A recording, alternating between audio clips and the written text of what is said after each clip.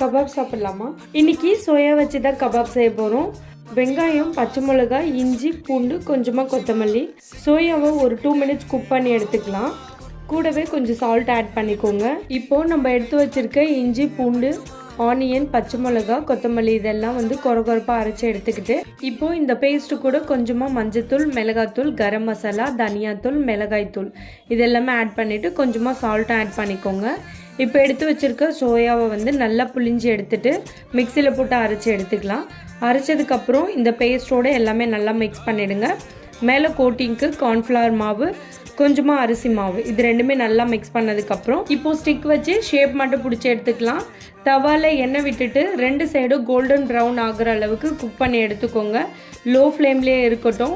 அவ்வளவுதான், நம்மளோட எம்மியான veg kebab ready ஆயிடுச்சு. சாப்பிட்றதுக்கு வெளியே கிறிஸ்பியாகவும் உள்ள சாஃப்டாகவும் இருக்கும்.